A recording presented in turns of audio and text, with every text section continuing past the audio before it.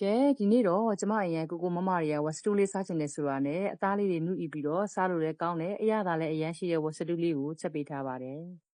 အရင်ဆုံးဝတ်သားလေးတွေကိုကိုစိတ်ကြိုက်အတုံးလေးတွေတုံးပါပြီးရင်ရေလေးတန့်စင်အောင်လို့စစ်ပေးထားပါရှင်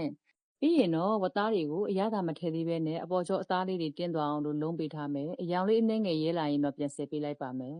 ဝတ်စတူးချက်ဖို့အတွက်အရင်ဆုံးတကြားထည့်မယ်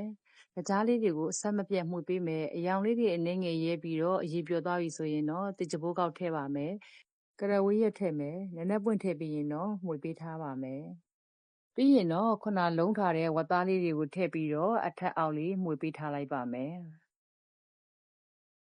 အရသာအတွက်ကတော့ရှာကောပါကောမုံထည့်မယ်။စားထည့်မယ်။ကြာညိုးထည့်ပါမယ်။ပဲငံပြားရီအကျဲထည့်မယ်။ဂျင်းထည့်ပါမယ်။ကြက်သွန်ပြူချမ်းထားလေးကိုထည့်ပေးမယ်။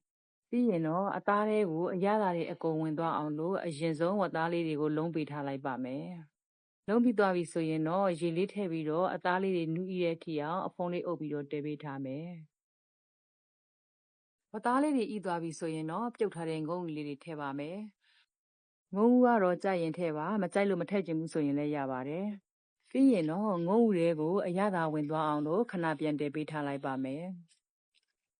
ဝတ်သားလေးတွေလည်းနုဤနေပြီငုံရီလည်းအရသာဝင်သွားပြီဆိုရင်တော့နောက်ဆုံးမှာကစုံရက်လေးအုပ်ပေးလိုက်ပါတယ်ဝတ်စတူးရည်လေးကိုပြည့်ပြည့်လေးကြိုက်တယ်ဆိုရင်တော့ကော်မုံလေးအနှင်းငယ်ကိုရေဖြော်ပြီးတော့ထည့်ပေးလို့လည်းရပါတယ်ကျွန်တော်တို့ကတော့အရေးကြီးလေးကြိုက်တာမလို့မထည့်တော့ပါဘူးကစုံရက်လေးတွေနွမ်းသွားပြီဆိုရင်တော့သုံးဆောင်လို့ရပါပြီအခုဆိုရင်တော့အရန်ရသာရှိတဲ့ဝတ်စတူးလေးရပါပြီ